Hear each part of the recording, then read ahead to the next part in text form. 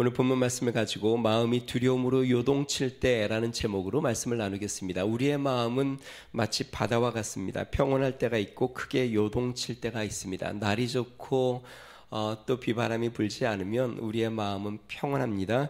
그러나 거친 바람이 불어오고 비가 내리치면 마음의 바다는 크게 요동칩니다. 자, 그런데요, 어떤 사람은 큰 비바람이 몰아쳐도 그 마음이 크게 요동하지 않고 평온한 사람이 있습니다. 반면에 어떤 사람은 작은 비바람에도 그 마음이 아주 심하게 출렁거리며 요동치는 사람이 있습니다. 왜 그럴까요?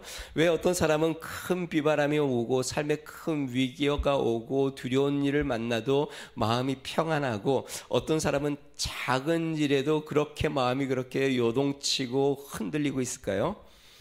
그 이유는 마음의 깊이가 다르기 때문에 그렇습니다. 어떤 사람의 마음은 얕은 바다처럼 조그만 비바람에도 막 출렁거리고, 어떤 사람의 마음은 깊은 바다처럼 아무리 풍랑이 불어도 고요하게 그 흐르는 것처럼 내 마음이 평안함을 유지하는 것이죠.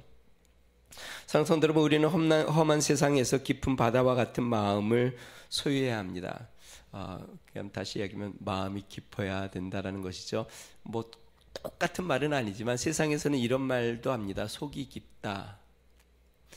물론 똑같은 말은 아니지만 우리 그리스도인의 마음이 깊어 주님 안에서 요동함이 없는 그런 마음이 되기를 주님 축원드립니다. 자, 이렇게 깊은 바다와 같은 마음은요, 주님의 깊은 은혜를 경험할 때 누리게 됩니다. 우리가 좋아하는 찬양입니다. 내가 주인 삶은, 내가 주인 삶은 모든 것 내려놓고 내 주 대신 주 앞에 나가 내가 사랑했던 모든 것 내려놓고 주님만 사랑해. 후렴 같이 해볼까요? 주사랑, 주사랑 거친 풍랑에도 깊은 바다처럼 나를 잔잔케 해. 주 사랑 내 영혼의 반석, 그 사랑 위에 서리. 주 사랑 거친 풍랑에도 깊은 바다처럼 나를 잠잠케 해. 주님의 그 넓은 사랑이, 그 주님의 높으신 사랑이, 그 주님에 대한 그 평안함이 그 세상 가운데 많은 풍랑이 오고 두려운 일을 만나도 깊은 바다처럼 잔잔하다. 성도 여러분, 우리의 신앙이 깊어진다는 말은 우리의 마음이 깊어진다는 뜻입니다.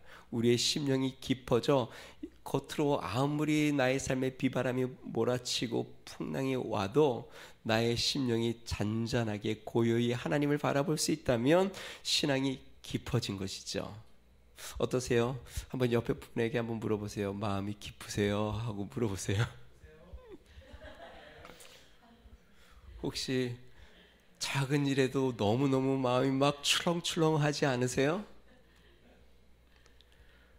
예, 마음이 깊어져야 합니다. 성경은 이렇게 이야기합니다. 시편 16편 8절, 내가 여호와를 항상 내 앞에 모시며 그가 내 우편에 계심으로 내가 요동치 아니하리로다. 시편 62편 2절, 오직 저만 나의 반석이시오 나의 구원이시오 나의 산성이니 내가 크게 요동치 아니하리로다. 시편 46편 3절, 바닷물이 흉용하고 뛰놀든지 그것이 넘침으로 산이 요동할지라도 우리는 두려워 아니하리로다. 온 천지가 소란스럽고 다 무너져 내리는 것 같아도 나는 두려워하지 않고 요동함이 없다. 하나님의 은혜가 여러분들에게 그렇게 있기를 주님 축원드립니다. 오늘 본문은요, 하나님의 사랑 다윗의 마음이 크게 요동치는 장면이 보여집니다. 이전까지 보았던 다윗의 모습과 좀 다른 모습이 이제 쫙 펼쳐지기 시작합니다. 여러분, 이전까지 다윗이 승승장구했습니다. 아주 급격한 신분의 변화가 일어났습니다. 목동에서 왕의 사위가 됐고 군 지휘관이 됐습니다. 사람들에게 칭찬과 영광을 받습니다. 이렇게 그의 삶의 정점을 찍는 순간에 갑자기 곤두박질을 치는데요. 사울 왕이 이 다윗을 시기하여 다윗을 계속 죽이려고 창을 던지고 또 암살조를 파견하고 이 다윗을 막 죽이려고 하니까 다윗이 막 도망다니기 시작을 합니다. 그러면서 이 다윗이 얼마나 그 마음이 요동치는지 두려움으로 이전까지 당당하고 용감했던 다윗이 그의 마음이 막 흔들리기 시작합니다. 여러분, 왜 하나님께서 다윗에게 이렇게 다윗이 시편에 고백한 것처럼 사망의 음침한 골짜기를 허락하셨을까요? 다윗의 죄 때문은 분명히 아닙니다. 다윗이 무엇인가 잘못한 것도 아닙니다. 다윗이 하나님 앞에서 어긋난 것도 아닙니다. 그런데 왜 그의 삶에 사망의 음침한 골짜기로 깊이 빠져들고 있을까요? 하나님께서 왜 허락할까요? 우리의 마음에 두려움으로 요동칠 때 우리는 무엇을 기억해야 할까요? 첫 번째 기억해야 될 거는요, 하나님은 우리의 마음을 연단하신다는 것입니다. 다윗의 마음이 크게 요동칩니다. 라마 나옅까지 사울 왕이 암살조와 함께 이 다윗을 죽이려고 세 차례 이미 보냈고 자기까지 와가지고 네 차례 쫓아왔습니다. 이것을 보고 다윗이 이제 두려워서 이제 더 이상 라말라옅에 숨을 수가 없겠구나 하고 다시 또 도망치기 시작합니다. 누구를 찾아가냐면 이번에는 요나단을 찾아갑니다. 그리고 요나단에게 찾아가서 그 막 요동치는 마음에 요나단을 붙잡고 막 하소연하기 시작합니다. 1절 말씀 한번 볼까요? 같이 한번 읽어보겠습니다. 같이 있습니다. 1절입니다. 시작.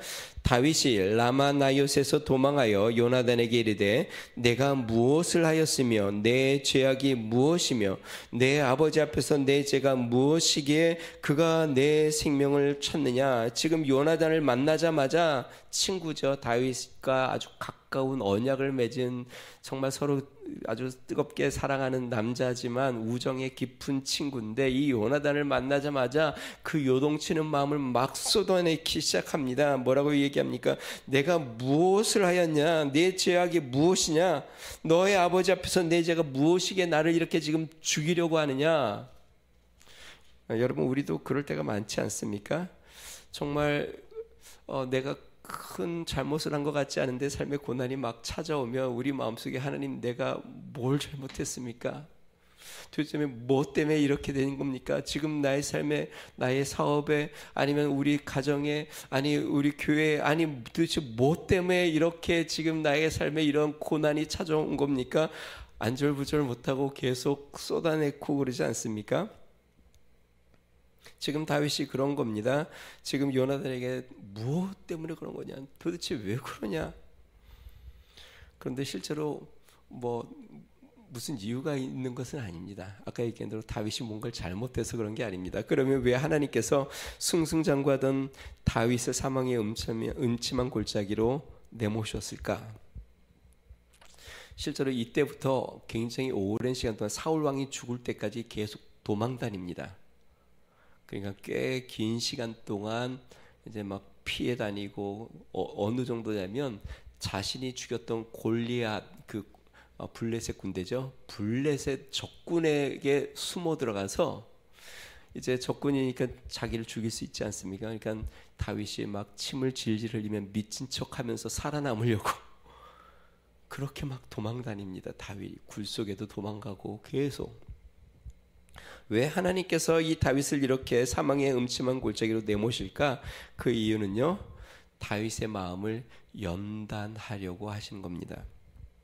여러분, 분명 다윗은 순수하고 담대하고 진실한 청년입니다. 그런데요, 오늘 본문 말씀을 통해서 이제 앞으로의 다윗의 모습을 통해서 우리가 알 수 있는 것은 무엇이냐면, 분명히 순수하고 진실한 청년인데 아직 그 마음이 바다처럼 깊지는 않습니다. 위험과 두려움을 만났을 때 그의 마음이 막 요동치기 시작합니다. 다시 이야기하면 깊은 바다와 같은 마음이 아직 되지 않았다는 것이죠. 하나님이 그것을 훈련시키기 위해서, 연단하기 위해서 지금 다윗을 사망의 음침한 골짜기를 보냅니다. 우리가 잘 알다시피 사무엘이 이새의 아들에게 기름을 부으려고 할 때 하나님께서 이렇게 이야기했습니다. 사무엘에게, 나는 사람이 보는 것과 같지 않다. 사람은 외모를 보지만 나는 그 마음의 중심을 본다. 다윗의 중심, 마음을 보고 그를 택했습니다. 그러니까 분명히 다윗은 그 마음이 굉장히 귀한 보석입니다. 그럼 근데 왜 훈련시킬까요? 궁금하지 않아요? 여러분, 다윗의 마음은 원석이 아주 귀합니다. 그런데 하나님이 원석을 쓰시지 않고 연단하고 다듬어 사용하십니다. 근데요, 여러분, 우리가 잘 알다시피 마음 자체가 원석이 별로 좋지 않은 마음들도 있어요. 옥토가 아닌 가시떨개 맛이나 돌짝밭이나 길가나 이런 밭도 있어요. 그러니까 다시 이야기하면 마음밭이 되게 좋아요, 다윗은. 그런데 여러분, 밭이 좋다고 해서 그 밭에서 그냥 열매가 맺혀지나요? 밭을 기경하고 씨를 뿌려야 열매를 맺지 않아요? 다윗의 그 원석, 그 마음이 정말 아주 귀한 보석입니다. 하나님이 그 귀한 보석을 더 귀하게 쓰시려고 지금 이제 연단하기로 작정하셨습니다. 그래서 다듬기 시작하시는 겁니다. 그 마음을. 그래서 그가 사망의 음침한 골짜기로 들어가 그 마음을 연단해 하기 시작한 겁니다. 저는 이런 생각이 들어요. 사울도 마음이 굉장히 좋은 사람이었습니다. 초창기에 젊었을 때.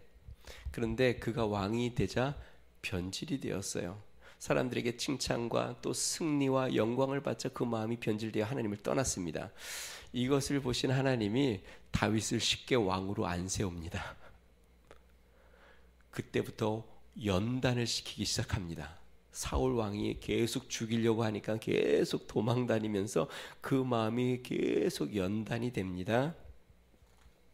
그러면서 그의 마음이 점점 깎이고 깊어져 나중에는 여호와가 나의 목자고 사망의 음침한 골짜기에서 그분이 나를 안위하신다고 고백하는 그 어떤 환경과 상황에서도 요동하지 않고 하나님만 바라보는 그 깊은 바다와 같은 신앙으로 그를 이끌어갔습니다. 잠언 17장 3절은 이렇게 이야기합니다.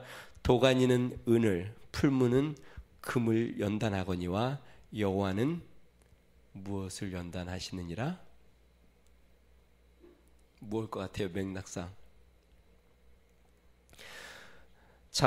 도가니는 은을, 풀무는 금을 연단하거니와 여호와는 마음을 연단하시느니라. 하나님이 우리의 마음을 연단하십니다. 여러분, 정금을 만들려면 뜨거운 불 속에 던져서 다 녹여서 불순물을 다 빼야 순금을 만들어내는 것이죠. 철은 어떻습니까? 철도 불 속에 넣어서 뜨겁게 달군 다음에 망치로 막 쳐서 칼도 만들고 낫도 만들고 필요한 걸 만드는 것이죠. 철이 강한 거지만 그냥 쓸 수 없죠. 그걸 통해서 불 속에 넣어서 연단이 되어야 그거를 귀하게 사용할 수 있고 아주 귀한 보석이 되는 것이죠. 다윗의 마음이 원석이 귀한데 하나님이 이걸 더 값지고 빛난 보석이 되게 하기 위하여 그 마음을 지금 불 속에 던져서 그 마음을 연단하는 겁니다. 여러분, 하나님은 우리의 마음을 불 속에 던집니다. 환경을 통해, 때로 원수를 통해, 때로는 사업의 위기를 통해, 때로는 가까운 사람들을 통해 여러 가지 모양을 통해 우리의 마음을 풀물불에 던집니다.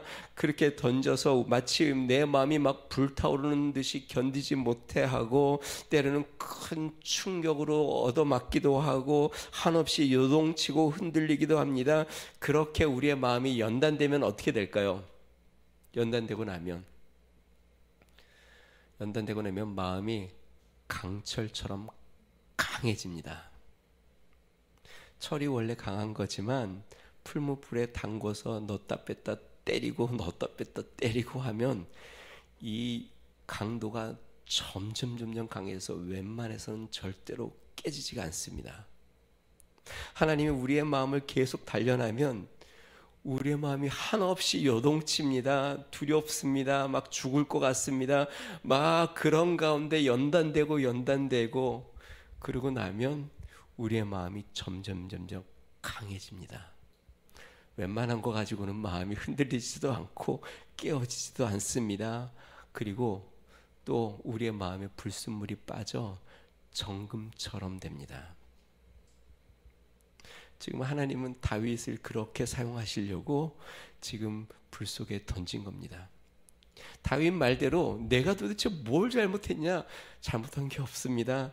다윗이 뭔가 죄를 범한 것도 없습니다. 그는 여호와의 이름을 믿고 나가서 싸웠고 또한 하나님 앞에 성실하게 그 일을 감당한 것밖에 없습니다.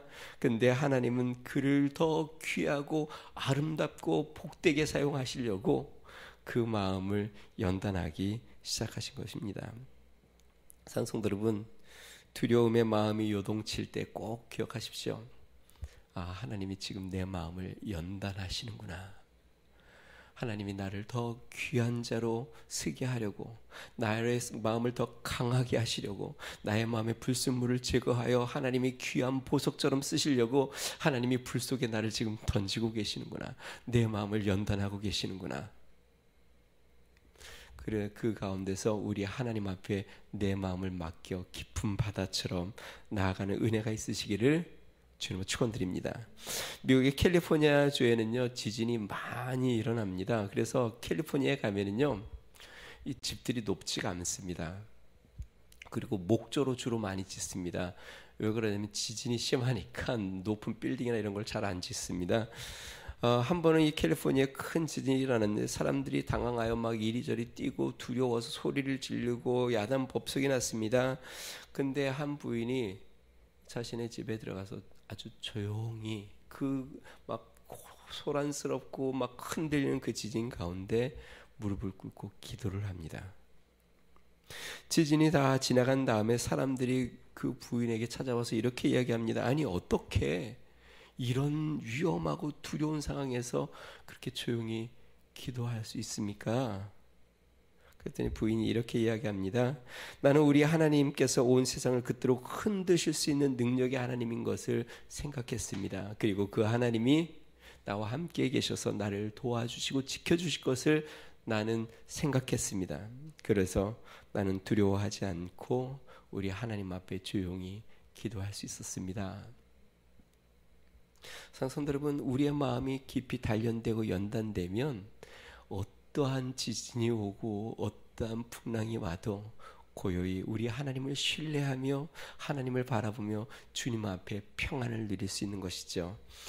그러한 깊은 바다 같은 심령 되기를 주님 축원드립니다. 하나님께서 우리의 마음을 막 연단하여, 물론 연단받을 때는 너무 힘들고 어렵죠. 정말 죽을 것 같고 마음이 불타는 것 같고 막 요동치죠. 그런데 지금 내가 주님 손에 있구나. 주님이 나를 연단하고 계시는구나. 내가 주님 안에 있구나라는 것을 기억하며 이렇게 이제 연단받은 후에 내가 어떻게 하나님 앞에 더 깊은 또 강한 순전한 마음으로 주님 앞에 쓸지를 꿈꾸며 믿음으로 인내하는 성도 되기를 주 이름으로 축원드립니다.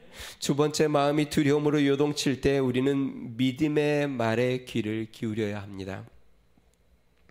여러분, 보통 사람들이 마음이 막 요동치면 누군가 하소연할 사람을 막 찾습니다. 이 다윗도 마찬가지잖아요. 다윗도 지금 막 그 마음을 지금 하소연할 요나단을 찾아가서 막 쏟아놓지 않습니까?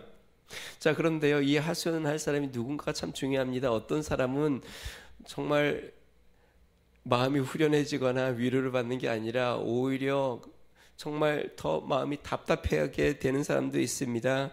또 어떤 사람은 그 마음에 오히려 마음에 불을 지르는 사람들도 있습니다. 그런데 어떤 사람은 내 모든 걸 다 쏟아내고 하소연하면 마음이 진정이 되고 또 잠잠해지고 위로가 되고 다시 용기를 얻게 하는 그러한 말들도 있습니다.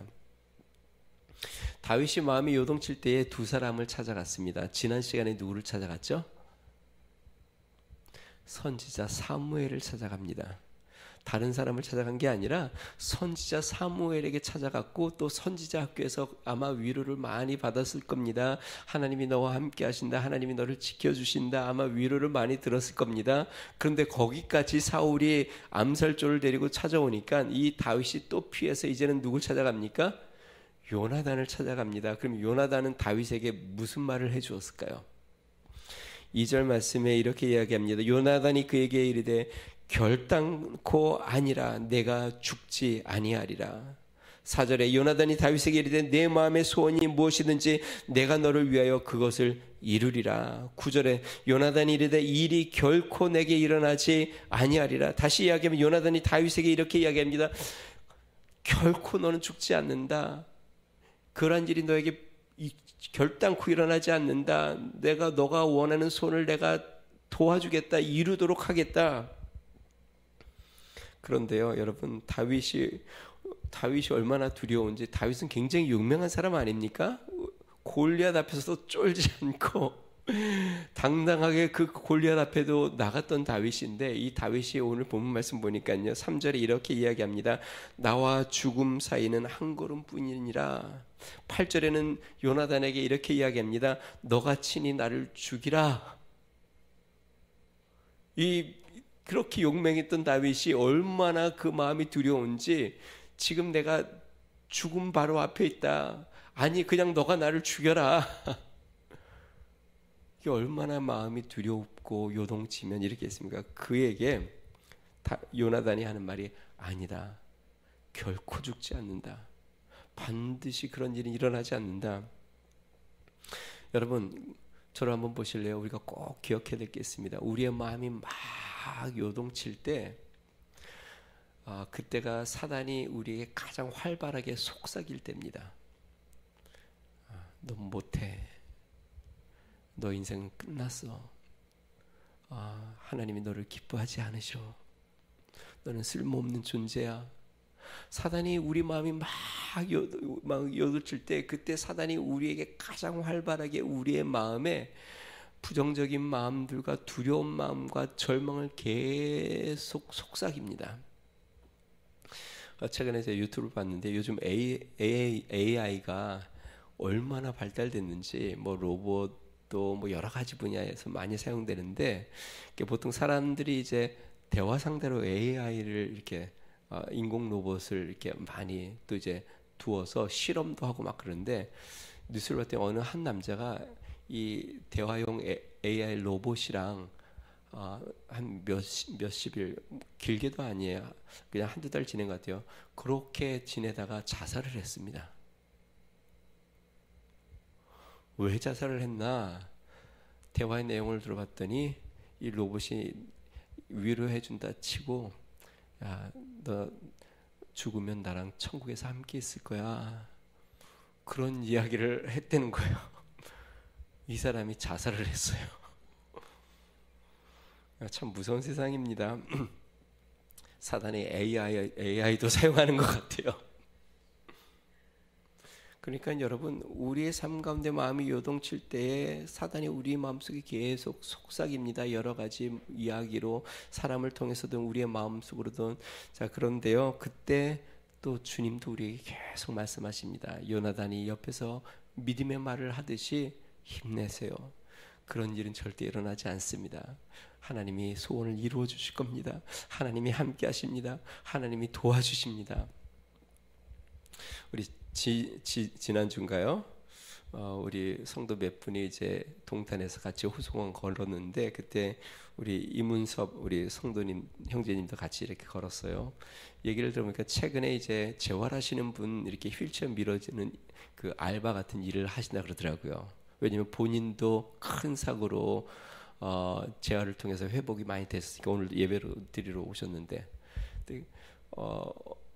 어떤 분이 식사도 계속 안 하시고 계속 좌절하고 누워 있는 분이 계셨는데, 그분을 붙잡고 한없이 울었대요, 둘이. 그러면서 자기 사진에 본인의 옛날에 사고 났던 것을 담고 다니시더라고요. 그래서 본인 사고 나서 진짜 완전히 온몸을 칭칭 갖고 그냥 누워 있는 그거를 사람들에게 보여준대요. 그러면서 내가 사고 나서 이랬다. 사람들이 다 못 일어난다고 얘기했다. 근데 봐라, 지금 내가 재활을 꾸준하게 받으니까 지금 내가 이렇게 여러분들을 돕지 않냐. 그럼 사람들이 되게 용기를 얻는데요. 여러분, 믿음의 말이 그런 겁니다. 할 수 있습니다. 하나님이 도와주십니다. 하나님이 함께 하십니다. 주님께서 감당할 힘을 주실 겁니다. 요나단이 지금 이 다윗에게 계속 너는 결코 죽지 않는다. 너의 소원을 이루어질 거다. 그리고 이러한 너가 생각하는 일은 결코 일어나지 않는다 하고 믿음의 말을 계속 해줍니다. 그것이 다윗에게 큰 요동치는 마음을 위로하고 평안을 주는 것이죠. 그 김장한 큐티 365에 이제 나온 내용인데요.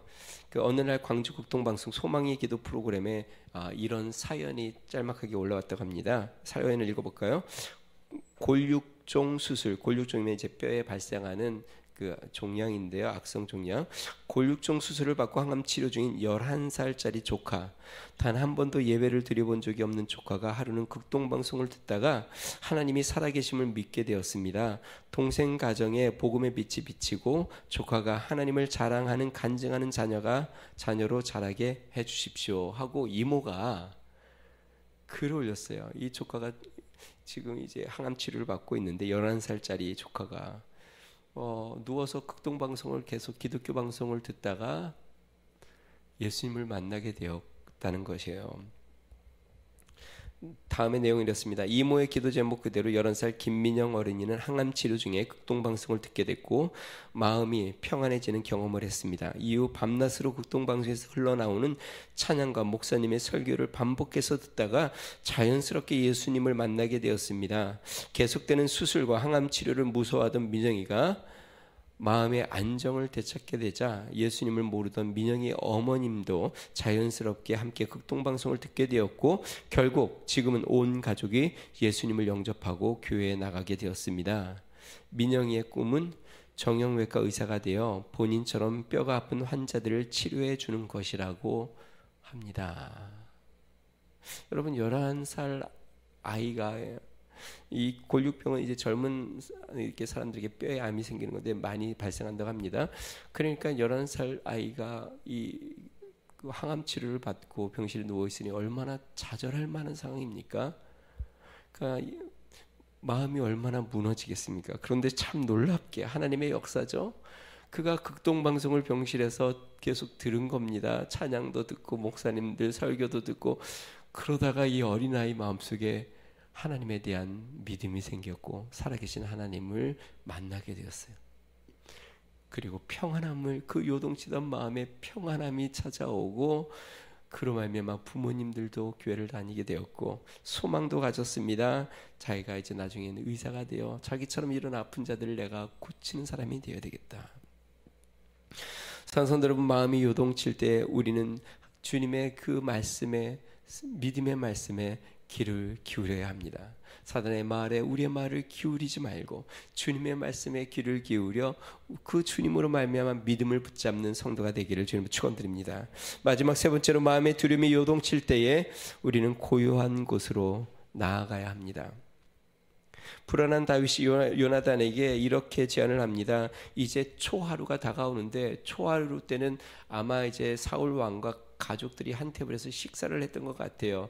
이 다윗은 사위니까 식탁의 자리에 같이 앉아야 되는데 다윗이 가면 죽을 것 같으니까 이렇게 이야기합니다. 내가 우리 가정에 매년 드리는 특별 제사가 있어서 빠질 테니 아버지께 좀 잘 좀 얘기해줘라. 그리고 아버지 안색을 좀 살펴서 아버지가 화를 내고 못마땅해 여기면 나한테 알려줘라. 내가 도망갈 거고 그렇지 않고 아버지가 편안하게 얘기하면 내가 다시 돌아오겠다. 다윗이 두려우니까 이제 그 식탁 자리에도 갈 용기를 내지 못합니다. 그러자 요나단이 오늘 본문의 터닝 포인트 같은 장면이 하나 나옵니다. 그게 바로 11절입니다. 같이 한번 읽어볼까요? 11절입니다. 같이 읽습니다. 시작. 요나단이 다윗에게 이르되 오라 우리가 들로 가자 하고 두 사람이 들로 가니라. 자, 그렇게 얘기하다가 요나단이 오라 우리가 들로 가자 하고 들로 나갑니다. 아마 제가 생각하기엔 이 들은 다윗과 요나단이 같이 항상 이렇게 같이 걸으며 산책을 했던 길인지도 모르겠습니다. 그리고 이전에 19장에 보면 다윗이 처음 죽이려고 할 때 다윗이 숨었던 들이 이곳입니다. 19장에 뭐라고 했냐면 그것은 은밀한 곳이라고 되어 있습니다. 지금 요나단이 다윗에게 우리가 은밀한 들로 나아가자 하고 거기서 마음을 진정시킵니다. 그러면서 에셀바위, 거기에 이제 바위가 있는데 거기에 숨어라. 만약에 내가 아버지가 거기에서 다윗이 자리에 식사 자리에 참석하지 않은 걸로 화를 내면 내가 사인을 만들겠다. 내가 종에게 화살을 쏘고 화살을 요 앞에 있으니까 가져와라 하면은 아버지 마음이 편한 거니까 넌 돌아와라. 근데 이 종이 화살이 너 뒤에 있다, 멀리 있다라고 이야기하면 아버지가 너를 죽일 결심을 했으니까 도망가라.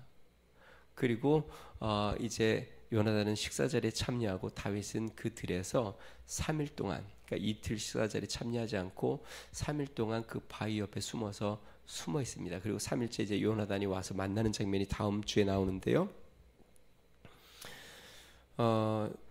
다윗이 은밀한 곳 바위 옆에서 아마 자신을 돌아봤을 거예요. 저는 이 장면을 보면서 이런 생각이 듭니다.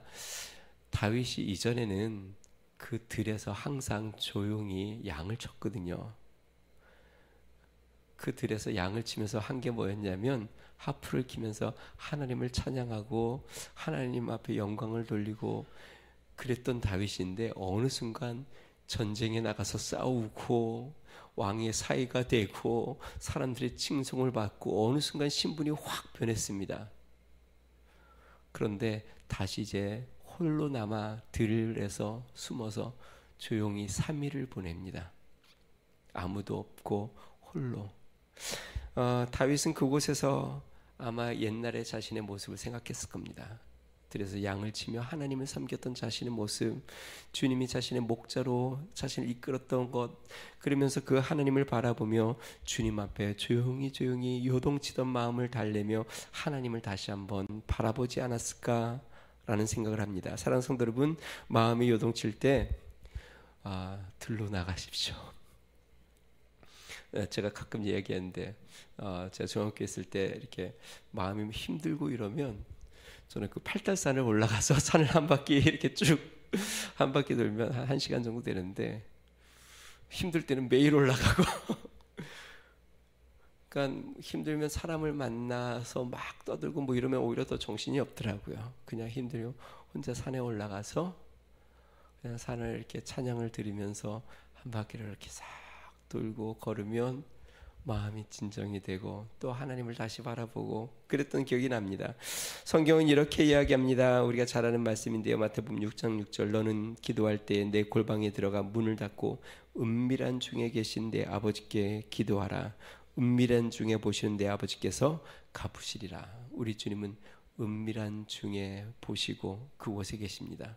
마음이 요동칠 때 은밀한 곳으로 나아가십시오.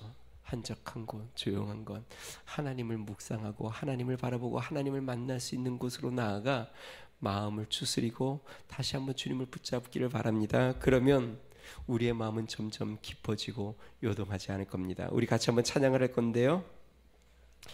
오늘 다윗을 잘 보여줄 수 있는 찬양이 있습니다. 나의 영혼이 잠잠히 하나님만 바라며 나의 구원이 그에서 나는도다. 오직 주만이 나의 반석 나의 구원이시니 오직 주만이 나의 산성 내가 요동치 아니하리로다.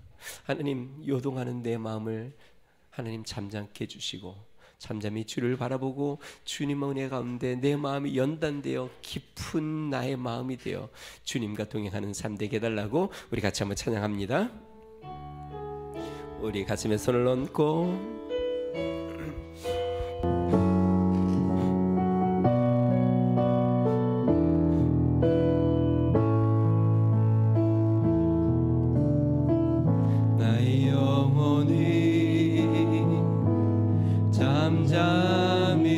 하나님만 바라며 나의 영혼아 잠잠히 나의 영혼아 그에게서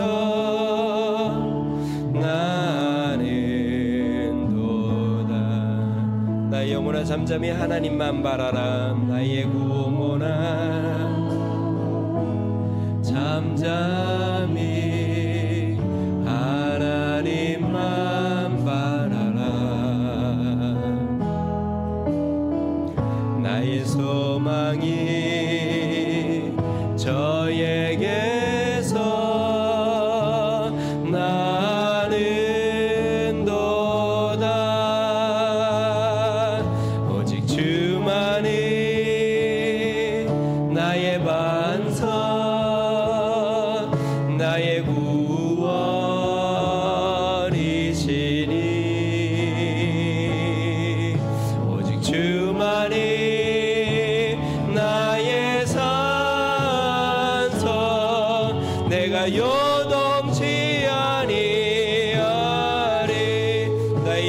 간절히 나의 영혼이 간절히 여호와를 갈망하며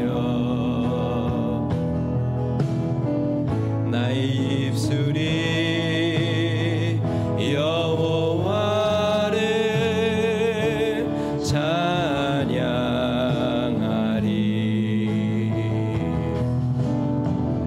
나의 영혼이 즐거이 여호와를 따르리니 나의 평생에 여호와를 송축하리. 우리 손을 들고 오직 주만이 나의 반석 나의 구원이시니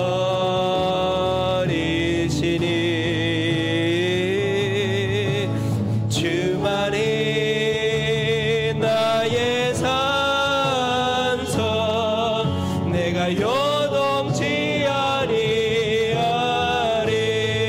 나의 구원 나의 영광 나의 구원 나의 영광 하나님께 있으니 내 힘의 반석과 피난처 되시니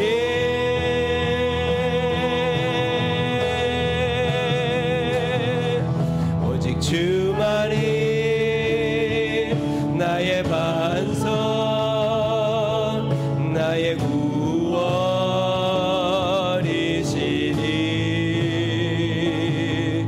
오직 주만이 나의 산성 내가 요동치 아니하. 오직 주만이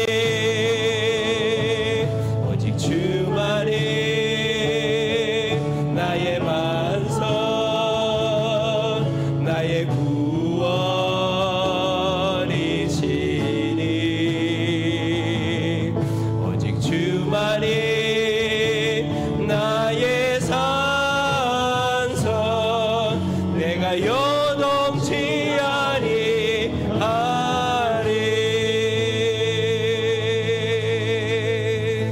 우리 같이 기도하겠습니다. 혹시 마음이 두려움으로 요동치고 있지 않습니까?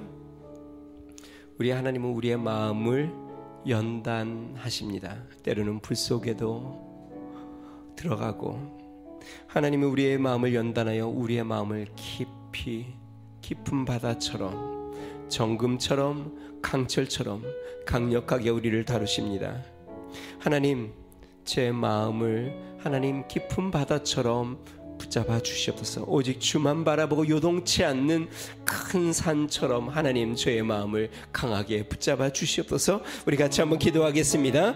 좋으신 하나님 아버지 감사합니다. 하나님 아버지 주님 하나님 우리의 마음을 연단하시는 하나님 두려움으로 요동치는 우리의 마음을 굳게 붙잡아 주셔서 하나님 우리의 구원 되시오 우리의 반석 되시오 우리의 소망 되시오 우리의 피난처 되신 그 하나님 앞에 요동함이 없는 하나님 아버지 믿음의 사람들로 훈련되고 연단되도록 주의 은혜를 더하여 주시옵소서. 오직 주님만 나의 힘이시라고 하나님 아버지 나는 요동함이 없다고 하나님 주님 앞에 고백하는 믿음의 사람들이 되게 하여 주시옵소서. 우리의 삶에 찾아오는 큰 하나님 아버지 비바람과 고통과 두려움 가운데도 하나님 두려워하지 아니하고 요동치 아니하는 하나님 믿음의 사람들로 하나님 아버지 증명되고 인정되며 훈련되고 세워지는 믿음의 사람들이 되도록 주여 은혜를 더하여 주시옵소서. 하나님 아버지 욥이 내 주님이 나를 단련하신 후에는 내가 정금같이 나오리라 말씀하신 것처럼 하나님 우리의 마음이 주님 앞에 단련되어 하나님 정금처럼 나오는 믿음의 사람들이 되도록 주여 은혜를 더하여 주시고 축복하여 주시옵소서. 주의 은혜 가운데 하나님 새롭게 되는 놀라운 은혜가 있도록 주여 도우시고 인도하여 주시며 역사하여 주시옵소서. 주님 감사합니다. 좋으신 하나님 아버지 감사합니다. 하나님 우리의 마음이 깊은 바다처럼 우리 하나님 어떤 환난과 하나님 위험 앞에서도 고요히 우리 하나님을 바라보고 잠잠히 주를 의뢰하며 신뢰하는 믿음의 성도들이 되게 하여 주시옵소서. 욥이 주님이 나를 단련하신 후에는 내가 정금처럼 나온다고 이야기한 것처럼 우리의 마음을 단련하시는 하나님 앞에 하나님 정금처럼 하나님 아버지 빛나는 그리스도인이 되도록 은혜를 더하여 주시옵소서.